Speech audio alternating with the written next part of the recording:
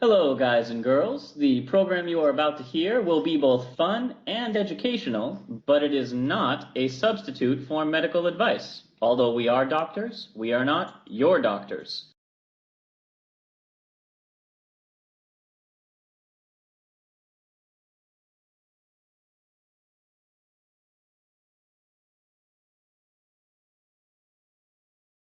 Hello, and welcome to Travel Medicine. As always, I'm your friendly neighborhood internal medicine doc, Dr. J. Hey, Dr. Santhosh here, pediatric infectious disease doc and a researcher. And Santhosh, I'm not going to write you a love song because you asked for it. Instead, are you are you bringing our listeners in like behind the curtain to show them a little bit behind? Yeah, dear listeners, we were talking about Sarah Bareilles' love song. I didn't realize how insane the lyrics were, and Dr. Josh just kind of rolled with it. well, And then there's also we also covered Hootie and the Blowfish, we did. Sting and the Police. There's a lot of problematic song lyrics that There are, exist. and like with like catchy tunes and beats and stuff, than lyrics that have no business being in like such like kind of what are supposed to be like frivolous, cheesy, useless songs, but like, oh man, it Like was, we don't understand the words coming out your mouth. yeah. We But do it not. was a nice stroll down memory lane. It And was. as long as we were thinking of nostalgia-y things, which Mm-hmm. the return of X-Men 97, another topic of pre-recording conversation. Oh yeah, absolutely. So a brand new cartoon that, from everything you told me, takes off where the '90s X-Men comic ended with Graduation Day. So yeah, we're going back deep into our nostalgia and our feels, and I figured as long as we were doing that, uh, it got me thinking about childish insults. And what was your go-to zinger as a kid? Oh, my go-to zinger. I mean, yeah, I was the older brother, and sometimes took out my, the bullying at school would like kind of carry over at home, and until he got bigger than me, the stop hitting yourself, that one would work. Oh, the you're stupid, and then yeah, your face stupid, and then it would devolve from there, like, oh, your head is stupid, and it would keep going. See, my brother and I had a wonderful back and forth exchange that regardless of what where it began, we Okay. got we got the traditional ones out of the way early. The I'm rubber, you're glue, Yes. classic. Uh your mom, Oh, also you're also yes. good, less helpful Yes. when it's a sibling because it's Yeah. also your mom. It Uh is. Yeah, I got yelled at by my mom about your mom, because in Hinduism, oh, it's like very be respectful, because that's your parent, and they're like God and that kind of a thing, and but yeah. I think at the end of the day, Yes. the one that I would always reach for when I was just out of ideas was the ever popular, "Oh yeah, well so's your face." Oh, yeah. So's your face always works. But it got me thinking, we haven't done an episode on medicine of your face. Like not your face. Yeah, we've not gotten into your face, So or your face. so that is our very roundabout way of saying that this episode, listening audience, is all about your face. Yeah, Mm-hmm. I'm looking at you. So so's your through the face. microphone. So's your face. So let's get into one of the first things that we talk about when we're looking at your face, which is your smile. Yeah. Yeah, wasn't expecting it to take a positive turn, were you? I absolutely love talking about smiles, all of the wonderful things that it conveys. I have, as many young people have, maybe I'm the only one, but I don't know. I've practiced to smile in a mirror to get like just the right type of smile going, the right crinkling of the eyes, and how to curve my lips and stuff. So you talk about crinkling your eyes. That's already a very specific type of smile. So we're going to talk about the gold standard of smiles. And yes, there is one. And Ooh, then we're going to talk about the different kinds of smiles that spin out of that. okay, cool. So our gold standard smile is called the Duchenne smile. Now it does Well, share a name with the yeah. guy who discovered Duchenne's muscular dystrophy. Okay, Um, I was gonna and it's say. because he was very invested in learning about facial reactions and facial muscles to the point that he invented a small little electroshock box that he would hook up to people Uh huh. and crank up the juice to see what kind of muscles would contract when you stimulated them with electricity. He like this isn't like yeah, type of shocking. These were small electric potentials that you could pass over No, the this was the muscles and 1800s. They were absolutely the kind of shocks you would feel. okay. But All right. but it did lead to a lot of research that told us, oh, these are the facial muscles, and here's how they contract and work in concert with each other. So the Okay. Duchenne smile is known as the smile of genuine enjoyment. It involves the mouth, the cheeks, and here's the important part, the eyes, the orbicularis oculi muscles, the one that give you the little wrinkles at the corner. It's the ones where your whole face lights up. Oh And yeah. The joyful one. now that we've said here's the gold standard of smile, let's talk about some of the others. So, your smile type is formed after your facial muscles have identified a pattern. I do want to mention about the people who live longer with the smiling. That was published in 2010. The researchers actually looked at baseball cards from 1952 and then found out how long the baseball players lived and compared them with their smiles. So it may just apply to baseball players. Smile type, that your Yeah, unique smile, sure. is formed after your facial muscles have kind of identified a pattern. So, remember when your mom told you growing up that your face would freeze like that? Oh, Well, Well, she oh, wasn't wrong. oh no. It's that your face learns the kind of way that you like to smile, and it's very difficult to smile like somebody else. You can only smile like you. So, yeah, if Oh. you keep making faces like that, it will freeze. Um, so according to researchers, there are three different types of smiles from a physiologic standpoint. There's 10 kinds of emotional smiles, and then we start getting into BuzzFeed lists. So I'm going to keep it as scientific as possible. Okay. We have the cuspid smile, the commissure smile, and the complex smile. So Okay. it's estimated that about a third of the population has a cuspid smile. That's like a diamond shape. To do this, your levator labii have to be dominant since they move first to expose the cuspid teeth in your mouth. So your upper lip kind of pulls back, shows those top teeth. Yeah, yeah. The cuspids are they're not the very front teeth, right? And they're not the canines, which are like the sharp ones. They're kind of in the middle. Or are they ones that are a little bit further towards the back? So the cuspid, you show mostly your upper teeth and parts of your gums. And Got if the it. Okay. corners of your mouth move after pulling your lips up and out when smiling. Uh, Okay. so a I couple, and I really wish I could see how many of our no, listeners are now no. staring into their mirror to be like, all right, where are my lips going? I'm actually imagining people like, on their evening walks or something listening to us and they just like they're starting to contort their faces and someone is walking by the opposite way and just kind of like the hell is do I need to call So 911? Is that person having a stroke? So a couple examples of celebrities with the cuspid smile are Angelina Jolie, Mhm. Jennifer Aniston, Tom Cruise. You look at them smiling, you're seeing a lot of upper teeth, And gum, the lips gums. pull up and Yeah. out. Yeah. Okay. Okay? Uh-huh. The next type is the commissioner smile. Now No, no, that's wait. Josh. Commissure. your commissioner smile. Yeah.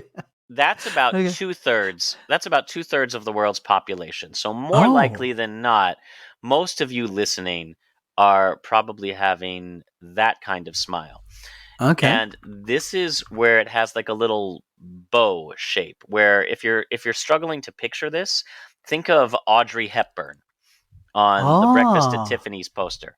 So to have this smile, the corners of your mouth or the commissure yeah, between your upper and lower lips yeah. move up and out, pointing toward the corner of your ears. This is where you get the phrase grinning from ear to ear. Yeah, the commissure is the corners of your mouth, essentially, where your top lip and bottom lip meet. So you're mostly showing upper teeth, but no gums. So it's like that, say cheese, Yeah, and you don't really get the gums in there. yeah, I got you. Okay. Now, the rarest type of smile is Hmm. complex, and only about 2% of the population has this. And the reason it's so rare is you have to have three different muscle groups work simultaneously when smiling. So you have the two muscles used in the cuspid and commissure, and then the lower lip will pull downward, and you get kind of a double chevron shape. So it's Oh. much broader. People with this smile show their upper and lower teeth. So think Marilyn Monroe or Julia Roberts. Oh, yeah. You see a full set of chompers with that one. Okay, gotcha. Okay. So It's now look at all your friends smiling and be like, I know what kind of smile you have. And, on the buy, there's going to be tons and tons of variations on this and not everybody has the same kind of smile in all situations. It can change a little bit from, if it's a sarcastic smile or if it's an authentic smile or a big, joyous smile or anything. But this is kind of in general, the way your muscles actually fire in order to make the general shape of your smile.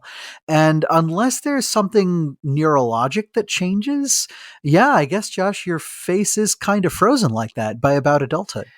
So your baseline smile, if you're happy and you know it, Yeah. really doesn't change all that much. Now there are a couple what we'll call emotional smiles, and those use some different muscles, things like the dominant smile or a sneer, where those are asymmetrical. One side of your mouth goes up, the other stays in place or pulls downward. The lying smile, which is like the say cheese, but it doesn't affect your eyes. if Right. the if the smile doesn't reach your eyes, meaning you don't see those crinkles, it's probably not a true emotional smile. Yeah, and by the way, we are focusing in when it comes to the emotional smiles and such. The ones that Dr. Josh listed, the three main type of smiles, we're talking about physiology. These others have a lot more cultural context. So right now we're talking about mostly Western countries, the United Kingdom, the United States, Canada. It can really vary if you go to the European continent, Asia, Africa, South America, Australia, even. These others can mean different things depending on what they're supposed to convey, and how people at large accept those smiles.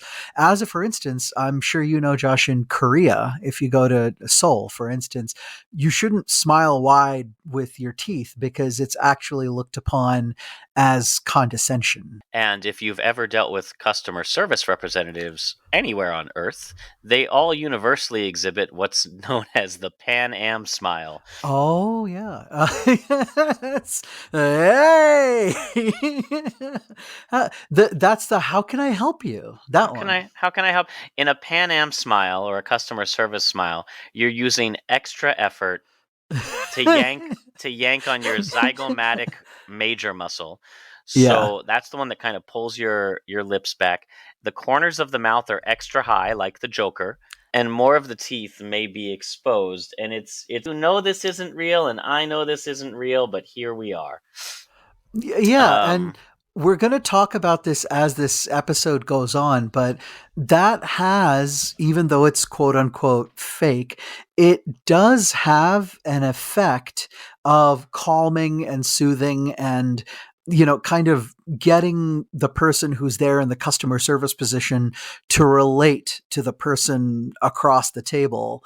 But yeah, we'll get into that in just a little bit about how the social cues actually work. so now that we've kind of addressed some of those, let's talk about the studies behind the smiles. So you have, for example, there is a study that was done in Sweden called the facial feedback hypothesis. And Ooh. that showed that a smile actually has the ability to initiate emotions in another person. You can make people smile just by smiling at them. Yeah. It's pretty good. And it's kind of contagious like a yawn. Um, and by the way, it does hold true for other emotional expressions. We humans are very communal type of animals by and large. So recognition of emotion in another person is very socially advantageous, and it's kind of evolved into ourselves and into our behavior for a really long time. But yes, a real genuine smile can be quite contagious. So, in this study, they examined the voluntary facial action technique, which is, I think, the best way to refer to a smile. I love that. I am about to initiate a voluntary facial action technique at you. Okay. So, for those of you playing along at home, the zygomatic major muscle is used to smile. The corrugator supercilii muscle is used to frown. Zygomatic is it refers to actually the bone that's in your cheek, essentially. This study examined the facial feedback hypothesis, having people smile or frown at each other and seeing what kind of responses and facial actions were created in response, and it usually results in a smile back. So, all right, smiling at somebody can make them smile at you or think you're weird, but really, what good, like, what's a smile doing for me outside of interactions? Maybe you're introverted, maybe you're neurodivergent, and smiles aren't, and you're not just casually smiling at people to elicit emotional responses. What can a smile do for you as we sit here and pitch using your facial features? Sure, sure. Research has shown that you can actually smile the pain away. And Ooh, let's okay. talk about some of the ways. Now, smiling during running can make you more efficient. Oh, okay, It can, gosh. So not necessarily faster or quicker or anything, but using your energy better. yeah. So in this study, 24 club level runners, so people who are more than just a casual jog or power walk around the block, Hmm. were asked to complete 4 6-minute running blocks on a treadmill. Each run was done during a single session, and you had a 2-minute rest between each bout of running. Okay. During the run, participants were told to smile. And again, when I say smile, I'm referring to a Duchenne smile where it affects your eyes as well. Got the big like happiest smile you can smile, which is real, not a fake rictus smile. So they Okay. were either smiling, frowning, which they were told in order to frown, they told runners to mimic your own facial expression during intense running. Like when you are Got struggling it. up a hill, the face that you Yes. normally make that Yeah. face. that kind like that kind of Josh, how in an audio medium do we properly was that pretty good? Like how That to one, yeah, convey yeah, that? I liked it. I liked Okay, it. good. Just Um, making sure. so All right, good. participants either smiled, frowned, attempted to consciously relax their hands and upper body, or Hmm. adopted their normal focus of attention. So neutral running face. Like, Uh, oh, resting running face. resting running face. Now, my favorite is when they said, "We want you to attempt to consciously relax your body, not Right. necessarily smile one way or the other. Imagine you're holding a crisp but trying not to break it, which is how I learned to do running back in the day, which is what I call the imaginary cookie method, which is hold your hands out in front of you, grip them around a chocolate chip cookie, and as you take each stride forward, you're bringing one cookie up to your mouth, biting it, then bringing it back to your waist, reaching towards your pocket where presumably you have other imaginary cookies. Oh, very nice. Yeah. We are in England with this study, by the way, which is why they use the words crisp. Sorry, not in England, but in Northern Ireland in the United Kingdom. But yeah, why they said crisp instead of chips. Listen, I just like holding food in my hands while I Oh no, run. you do. It's the finger, thumb forefinger grip, and then yeah, just up to your mouth to pocket, mouth pocket, mouth pocket, mouth pocket. Absolutely. Mouth pocket. No, to your mouth, to your pocket, to your mouth, to your pocket. During each run, the participants had to smile, frown, attempt to consciously relax, or neutral running face. At the Right. end of this, the key finding was the participants used the least amount of energy and ran the most efficiently while smiling. They were 2.8% more economical when smiling than frowning, and 2.2% more economical compared to just normal thoughts. Oh, nice. Okay. So this is a little bit like when I don't know if folks who listen to us have also watched the Mythbusters back in the day, but there was a really wonderful, fun experiment where the crew attempted to swear the pain away. They used pain by dunking their hand in ice cold water, and they were asked to cuss and scream and shout out swear words as much as possible. But this is kind of like a positive way of like kind of inducing some dopamine and stuff in order to get the pain down. It's kind of So nice. next time you're trying to force your way through a run, Yeah. smile and it will literally make the run go faster because you will be more efficiently running. It will. I will say that that is a helpful tip for any kind of grueling exercise. That give yourself a little smile, even if it feels fake or forced or whatever it is. There is a little bit of rush of dopamine. Not entirely proven. Like you said, participants were about 2.8% more economical when smiling than frowning. So this wasn't a massive jump, but it will add to your comfort when trying to get through a tough bout of exercise. Not to mention, if you're smiling when running and making eye contact with people on the run, you can also be inducing emotions in them from that facial feedback hypothesis. So you're That- making yourself a more efficient runner and manipulating others' emotions. And really, what's not to like about that?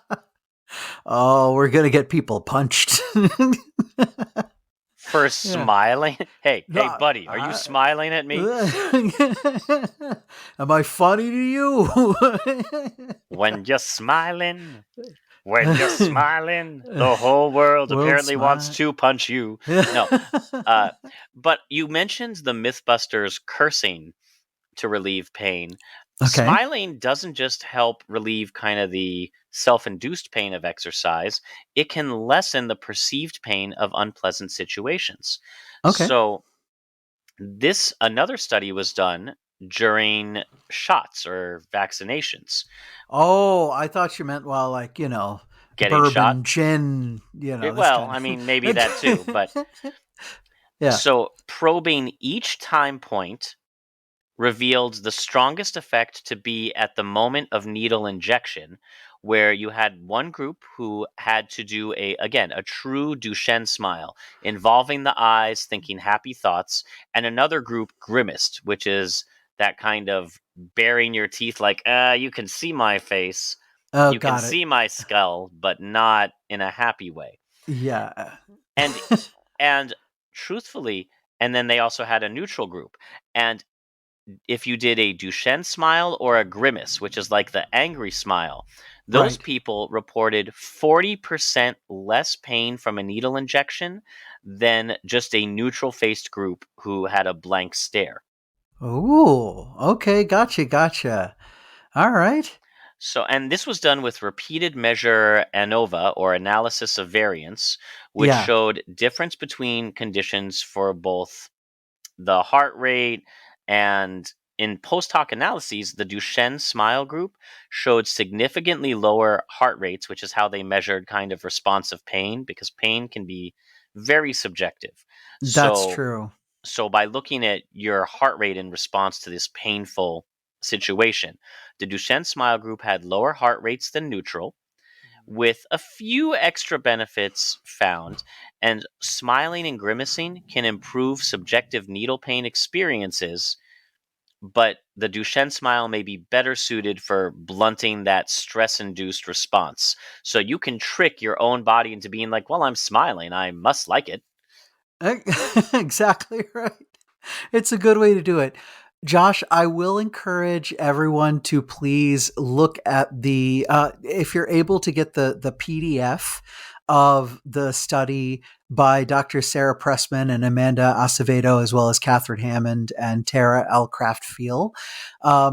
The it's called Smile or Grimace to the Pain, question mark, the effects of experimentally manipulated facial expressions. Josh, they had to have an objective way of getting people to smile. So they used Puppies? chops. I'm guessing puppies. No, they used chopsticks. So, in the neutral condition, participants held the tip of the pair of disposable wooden chopsticks loosely between their front teeth. So you just kind of get an type of look, like a I'm a yeah. walrus. The non Duchenne smile, they held the tip of the chopsticks between their teeth, but like bit down. And then for the Duchenne smile, they held the chopsticks lengthwise between their teeth and pushed the chopsticks back against their cheeks.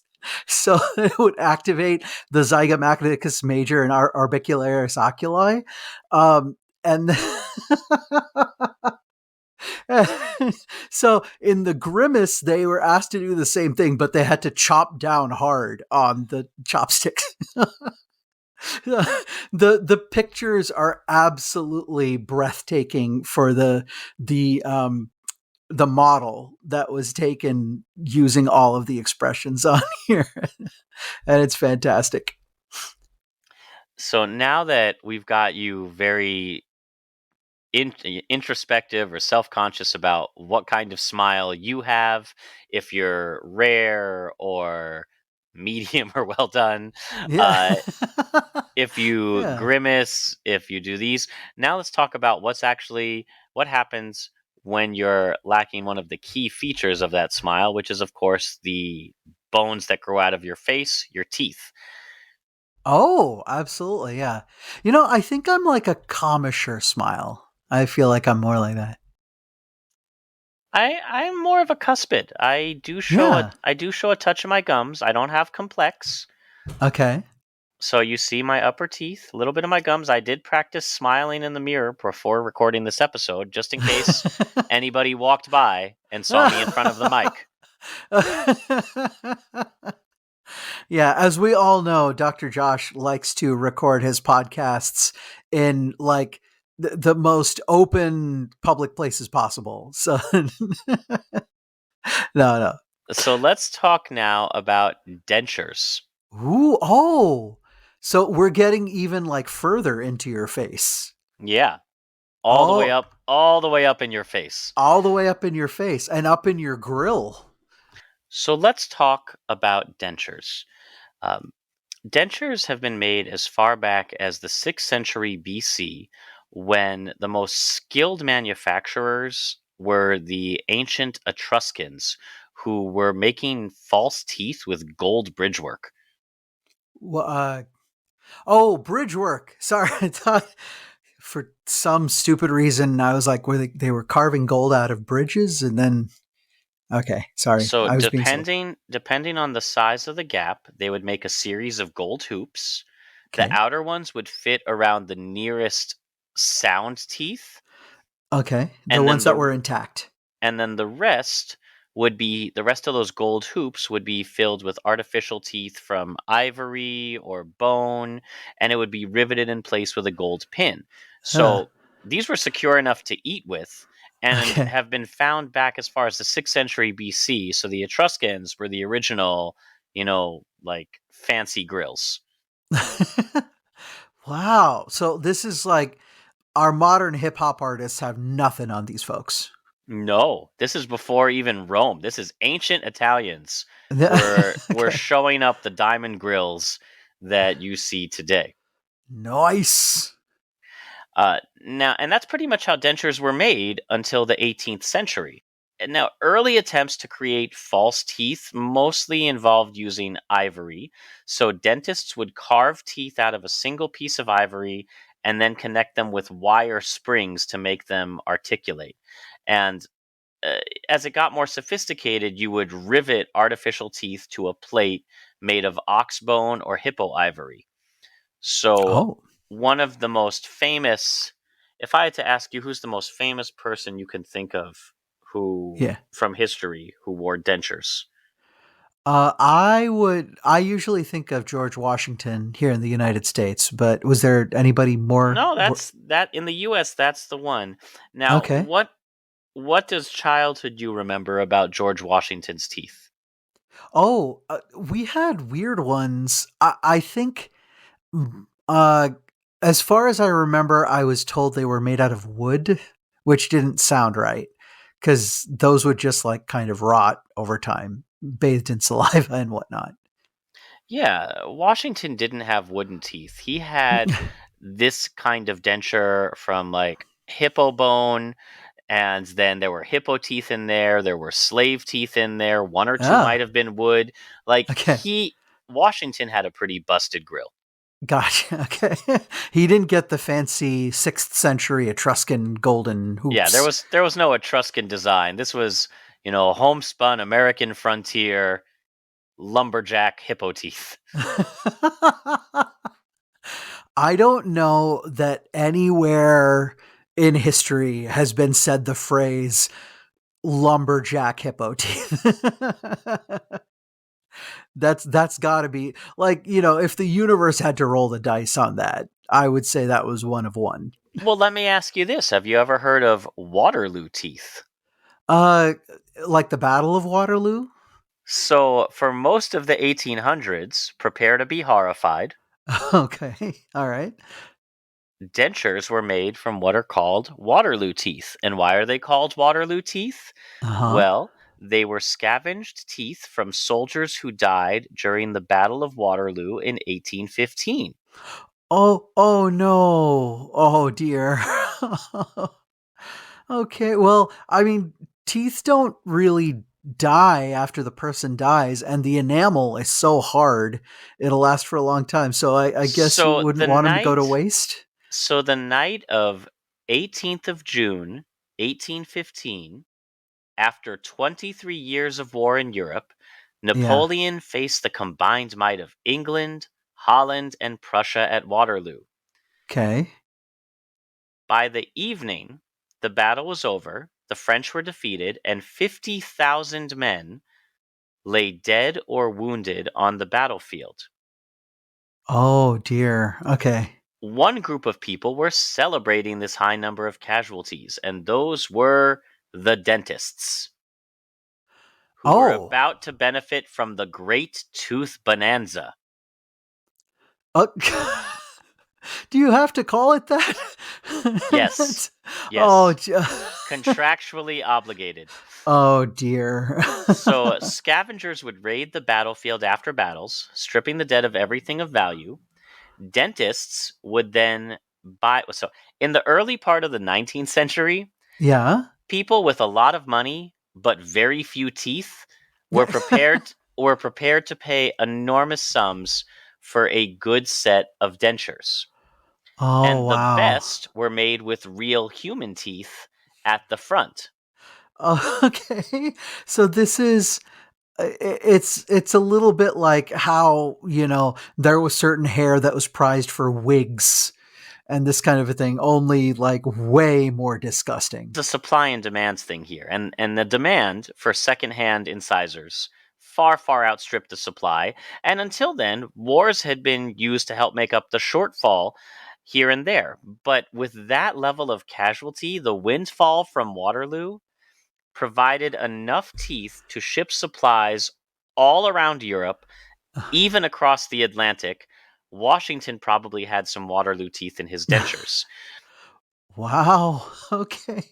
So the I'm scale of it was different. yeah. Like this is not a new thing, looting teeth from a battlefield. Got But it, got it. the flood of teeth onto the market was so huge that it actually changed the name. So dentures from secondhand teeth, already a decent euphemism, Yeah,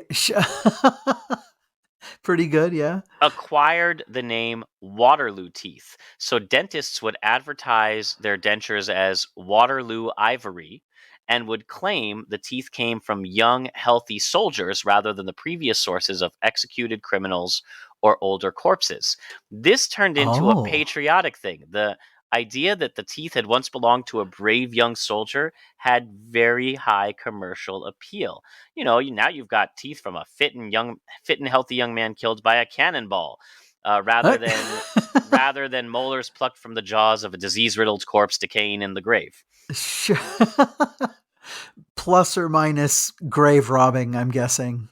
Yeah, yeah, okay. I get you. I get you where everything's coming from. I Like don't. which is worse, Burke and Hare Yeah. digging up bodies to sell to medical schools, maybe like 20 to 30 bodies plus the ones they killed Yeah. Huh, yes. over like a 15-20 year period, or a battlefield so looted of teeth it changed the name of dentures in the world. I don't. This is like the trolley problem of dentures. I hate both of these choices so much. This is so bad. Oh, well, yeah, I suppose that if those poor soldiers, were off to die for their country anyway, I would have liked the donation to be a lot more like honorable and ethical. Perhaps they actually like signed a waiver or something saying if I die, I'm okay with donating these. But I don't love this. I really don't. So remember, prior to this, you'd have, you know, teeth from animal bones or Sure. ivory, and the result of that meant decay soon set in because you didn't have any enamel. So you'd Oh, get a yes. rotten taste in the mouth, evil smelling breath, so the dentures would have to be replaced periodically. Hmm. The fashion for fans, like when people hold a fan in front of their face, hee hee, Right. that was that came about because people were trying to hide bad teeth and stinking breath. Oh, so it wasn't like coquettish, like a little kind of, oh, I'm trying to be cute and shy. I mean, that may have been how it ended up, but it was Okay. started to hide these terrible, you know, rotting teeth in your mouth, which is why dentures made from human teeth were better because they looked better, resisted Hmm. wear, and kept their color longer. But, they're still going to decay and need replacing. So that means dentists needed a steady supply of human teeth. Okay. All right. What do you suppose the price for that would be? Like a per tooth? So in 1781, we Okay. have records.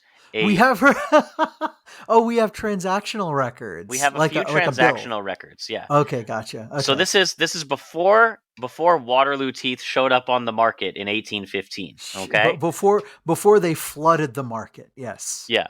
In 1781, Paul Julian of Gerrard Street in London was charging half a guinea for a single artificial tooth and four times that for a human one. Okay. I don't know how much a guinea is, but okay, I have a number in my mind. Okay. So System, sure. yeah, 1 guinea today would be about a pound, 1 pound in modern currency. Okay, fair. Okay, gotcha. All right, So gotcha. a half guinea would have been about Half 50 a pound. cents. Yeah, Sure, half a like pound, a 50 little more. pence. Yeah. Okay, got it. Okay. Um, so that was for a single artificial tooth, and that means $2 for a single human tooth, Got it. which Okay. a row of artificial upper teeth cost 20 pounds and 10 shillings. Oh, wow. Okay. So that's just the row of upper teeth. So 16 teeth. Hmm. In Okay. 1783, there was a advertisement in a New York newspaper by a dentist offering 2 guineas each for sound teeth. Right. You have to be pretty desperate to sell your teeth, even if you're looking at, 2 pounds per tooth. Sure. Sure. And this is why, when the market was flooded with Waterloo teeth, the dentists were celebrating, and so were the resurrectionists, because even if you dug up a body that was too far rotted to sell to the anatomists, you could Mm-hmm. still sell the teeth to the dentists and make a tidy sum. Oh, okay, gosh. By the way, resurrectionist is the not so morbid name for grave robbers, for the people who are digging up corpses to sell to, by and large, medical schools and such. All right, so you've got animal teeth, you have ivory, you have looted battlefield Bodies. teeth. Uh huh. Yeah. Yeah. Okay. A couple of people who took moral issues with this invented porcelain dentures. Oh dear. That doesn't sound very. That sounds a bit fragile. Yeah, they were. They were too white, too Yeah. brittle, and made a horrible grating noise. Oh no.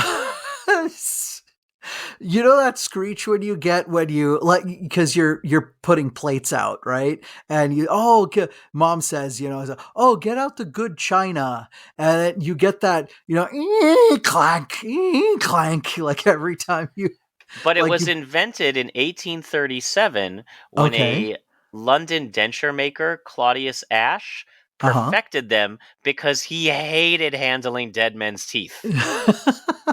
That's it. So That was the this whole reason. Porcelain in dentures were invented because this guy did not like touching corpse teeth. got it. I think that is as good a reason as I can possibly think of for inventing a new teeth with new materials. And I'm sure they weren't perfect, but I mean, at least it was an attempt. They didn't stay in fashion terribly long, although you can still find a few in museums today, and they look lovely. But imagine trying to eat, like chomping down with not even the finest porcelain, just whatever happens to be handy, and you'd be Yeah. breaking teeth left and right. Oh, sure, sure. Yeah, but porcelain is not known for its durability. Now, here's something I bet you didn't think about. Having dentures changes the shape of your jaw. It's not like Oh, having braces, it's not like okay. having implants. And that's because when your teeth are removed or come out, your brain recognizes the roots of your teeth are no longer in your jawbone. Okay. And once the roots aren't there, it concludes, you don't need the jawbone. You're not keeping anything in it. So Oh. it will begin to reabsorb the minerals, the calcium, the phosphate, all there to use elsewhere in your body where it'll be more useful. Oh, it actually like degrades the skeletal jawbone, the actual bone. Yes. Oh dear. Which Okay, means gotcha. long-term denture use of any sort has the Yeah. side effect of shrinking your jawbone, which means after 10 or more years wearing dentures, you'll Hmm. no longer have enough jawbone left even to keep dentures in your mouth, and this is known as facial collapse. Oh dear. So I mean, I'm guessing you're like it doesn't go away entirely, right? You don't get like a straight up just a floppy jaw, but it's probably thin and gracile. Well, have you ever looked at, say, a very elderly person's mouth where it's all gums Sure. and like their it looks a little bit more puckered and pinched? Yes, yes. I always thought that was just because there's no place for the lips to rest because there are no teeth there. But it has also to do with this kind of degradation. Yeah. So the process can happen quickly with certain conditions, but if it's just a matter of you've lost your teeth, you have a lack of downward pressure. Okay. So the bone starts getting resorbed, and that's how you get that kind of what we think of as the weak looking elderly chin, because your jawbone's actually Oh. been resorbed. You don't have the jawbone that you did when you were younger. Got it. Got it. Okay. So it's the portion that used to be there to hold your teeth in place, but the bottom rim of the jaw and the actual sides that connect up to your to the top of your skull to actually form the hinge of the jawbone, those are left intact. But that's why the elderly chin, quote unquote, with who are chronic denture wearers, it looks kind of like they're sucking a lemon. Yeah, like you have Got it. that tang face where the upper lip hangs a little bit over, the chin retracts, and this is the result of long-term denture wearing or Oh, gotcha. lack of bones. That's why dentists will leave even rotting teeth in the mouth unless they absolutely have to, because it essentially grounds your jaw and reminds your brain, "Hey, I'm still using this. Don't take it away." Don't take it away. Okay, gotcha.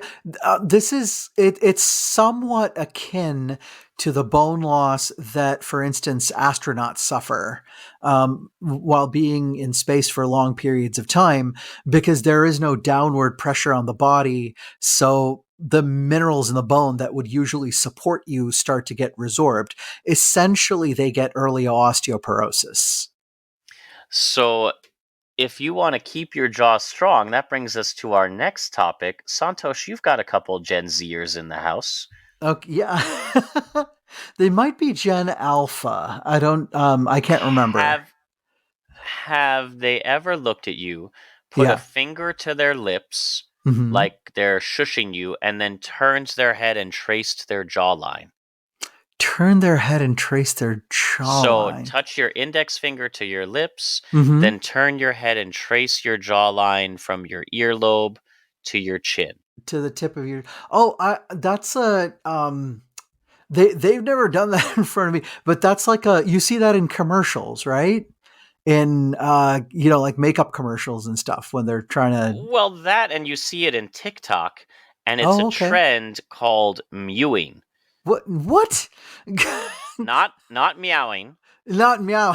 By mewing. the way, I'm not incredulous because heaven knows, Josh, when we had so many memes and trends, you and I growing up, even because before there was TikTok and YouTube Shorts and stuff, there was Vine and lots of other short form meme inducing things. So we had to live through planking.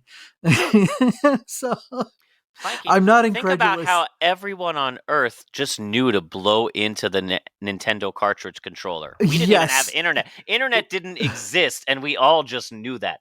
But that's neither here nor there. We're here to talk Got about it. Got mewing. it. We're talking about mewing. Mew like you're making a sound like a baby kitten though, like mew like that. No, no, you're not. It has Okay. nothing to do with that. It's originally invented by a Dr. Mew. Oh, that's why. Okay, gotcha. All right. I'm gonna bet most of the TikTok crowd is unaware of this. So Okay. so for the people who are actually doing it on TikTok, we're gonna give you a little history. For the people who have never heard of this, here's what the kids are doing, if not why. The Okay. heart of mewing is learning how to reposition your tongue to a new resting place with the thought or theory that over time your tongue position will change your overall facial features, specifically your jawline. It's meant to improve the aesthetic of the jaw, and Okay. you do it by placing the tongue against the roof of the mouth while Mm-hmm. closing your lips and setting your teeth together. Oh, okay. When you're trying to look confident and strong-willed, what your posture looks like in your face. So, the supposed benefits include a well defined jawline and improved alignment of the chin and nose.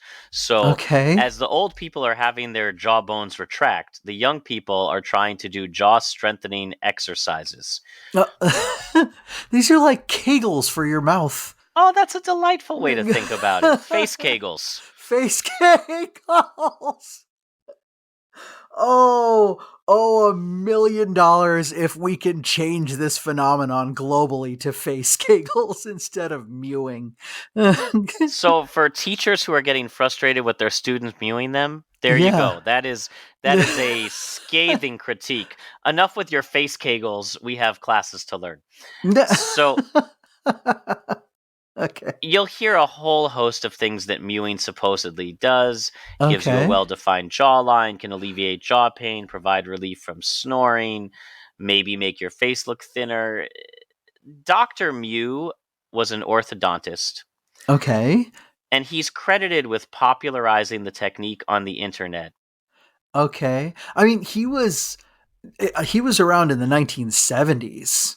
So Yeah. he was talking about this, but it's basically making like a retro kind of comeback kind of thing. Yeah, well, they took away his dental license because this guy was so hung up on he's like, "No, no, you just have to put your tongue and make this like pouty blue steel face," that he was a dentist who was criticizing traditional orthodontic treatments. Sure. And had a lot of unconventional beliefs and practices, and he's like, "All right, fine, take away my license. I will go and advertise this on the internet." So this is not someone to look up to. Oh my god, he's a scam artist. Okay, gotcha. He is, but the thing is, while the purpose that people are using it for to strengthen the jawline is a whole bunch of bunk, Mhm.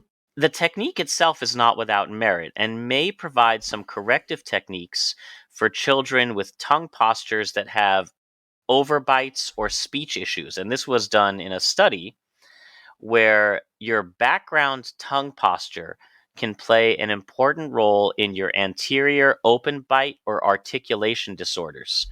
So, Oh, so speech therapy. yeah, so clinical Okay. assessment of tongue posture in kids is unreliable. Oh, Um, okay. Trying to s- actually just suss it out with yeah. okay, got it. So, one cross sectional study included about 500 kids aged 3 to 7 years, 230 boys, 210 girls. All of them were examined by an orthodontist to look for an anterior open bite, an overbite. Yeah. This was Okay. present in about 32 kids. Uh, the Okay. control group, the control group had 43 children just randomly selected from participants who didn't have this. Okay. And an orthodontist, an ear, nose, and throat specialist, and a speech therapist looked at their conditions, oral habits, and difficulty speaking, any articulation disorders. Then, using 3D studies or using radiology studies by a radiologist, they looked at the tongue posture. And the control group with the anterior open bite group actually had a difference in tongue posture, and children who didn't have articulation disorders, the improper tongue posture occurred less frequently. So by teaching them to mew, you improve the tongue posture, you correct the articulation disorder. So it's good for the very young. Too young for TikTok. Oh, okay. Gotcha, Now, gotcha. So, now or for at least all they ought to be too young for TikTok. If kids that young are being shown TikTok, that's I'm gonna go ahead and call that a parenting fail. now many of the social media mewing advocates are teens. And here's the thing, kids, you young whippersnappers, your your faces and your jawlines are actually likely to change naturally over the course of puberty, and Hmm. that's probably what's happening, and it has nothing to do with this technique. So if you don't have a speech disorder or an overbite or some legitimate medical reason, mewing's really not doing anything for you. Any changes you think you're noticing are just your body's growing. Yeah, absolutely. It's the same way that you have growth plates that are at the ends of your, arm bones and leg bones and everything, and they're stretching out and getting taller. There are different ways that flat bones, like your skull and your jaw, actually reshape as you grow. That's why you can you can kind of tell a kid face from a post-adolescent face. There's kind of clues to that even largely independent of culture and that kind of a thing. So yeah, kids, especially in your teenage years, your bones are pretty firm and strong. This kind of a thing isn't going to change anything. You're changing just because you're going to change. And you're doing it based on something from a discredited dentist. Yeah. So, which brings us around to our last "so's your face" story. Okay. Yeah, absolutely.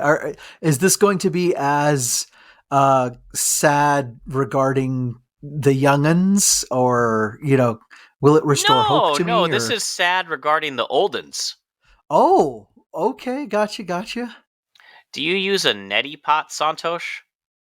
I have tried this before. So this is basically sinus rinsing or sinus washing. I've tried this in the past in order to keep my sinuses and everything flush. I don't know if I'm doing it wrong or what, but I don't get much out of it. So the theory behind it, and it actually dates back to Ayurvedic medicine with these Yeah. nasal rinses, is you get something that looks like a tiny, adorable little teapot with a very long spout. Yeah, which has the spout usually has a shape to fit right into your nostril. And you fill it up with water, and then you tilt your head back and pour it into one nostril. And in everybody's favorite and gross party trick, the water flushes through and comes out the other nostril. Yeah, so you tilt your head kind of up into a side so that the water flushes up and over. And this practice, when done properly and everything, has been shown to reduce symptoms of nasal allergies like rhinosinusitis. And it is actually a very important part of regimens for people with chronic sinus disease in order to keep things clear. If it's done properly and you have the right anatomy for it, meaning you don't have any plugged up areas or deviated septums and things, it can be as effective with time as using intranasal steroids if it's done frequently enough and properly. It can also kill you. Oh, oh, are you wandering into my field, into infectious diseases? So, over a decade ago, Yeah. health officials linked U.S. deaths from a brain eating amoeba named Oh, yes. Naegleria fowleri Yes. to nasal rinsing. More Uh-huh. recently, we've started to see some of these deaths come back with a new microscopic parasite, acanthamoeba. Yeah. These are both water amoebas. And here's the part that, again, in case you weren't already horrified from all the other stuff we've discussed, uh, Mhm.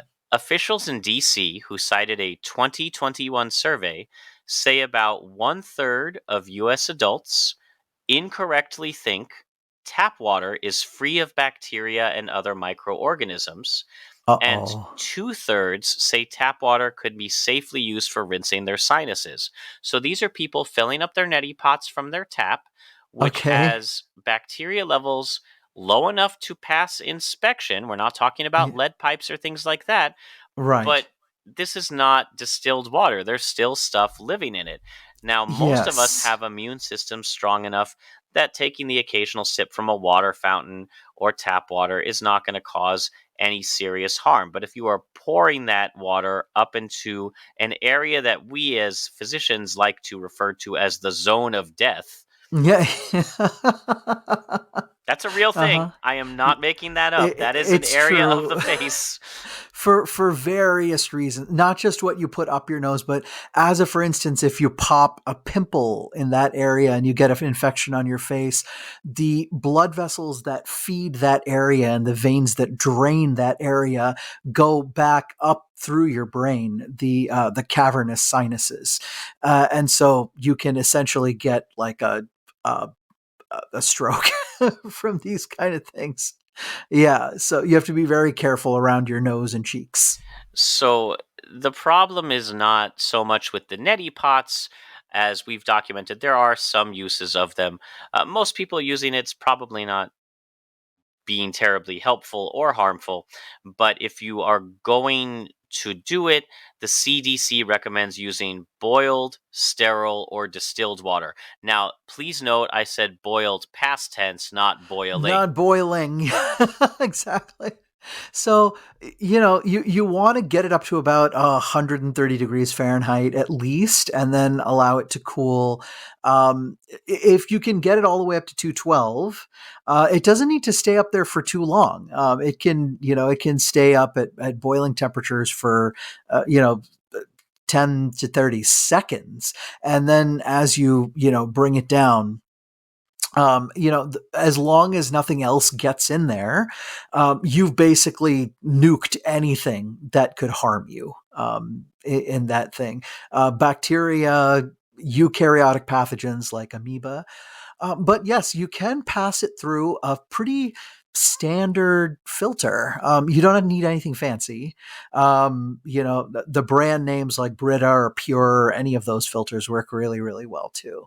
Um, I do encourage getting the filters rather than using something like a bottled water or something like that, because bottled water, believe it or not, does not have ultra strict standards for much further than tap water, unless it's actually like sterile saline. But yeah, you can use any one of those, any either of those techniques, and the water that you use in your neti pot will be fine. You also should be cleaning the neti pot out regularly, Josh. So don't leave that sitting out on your counter and then fill it up with what you think is clean water.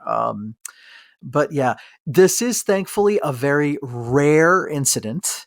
But it can happen if you're doing sinus washes regularly and you're not careful about cleaning your water source.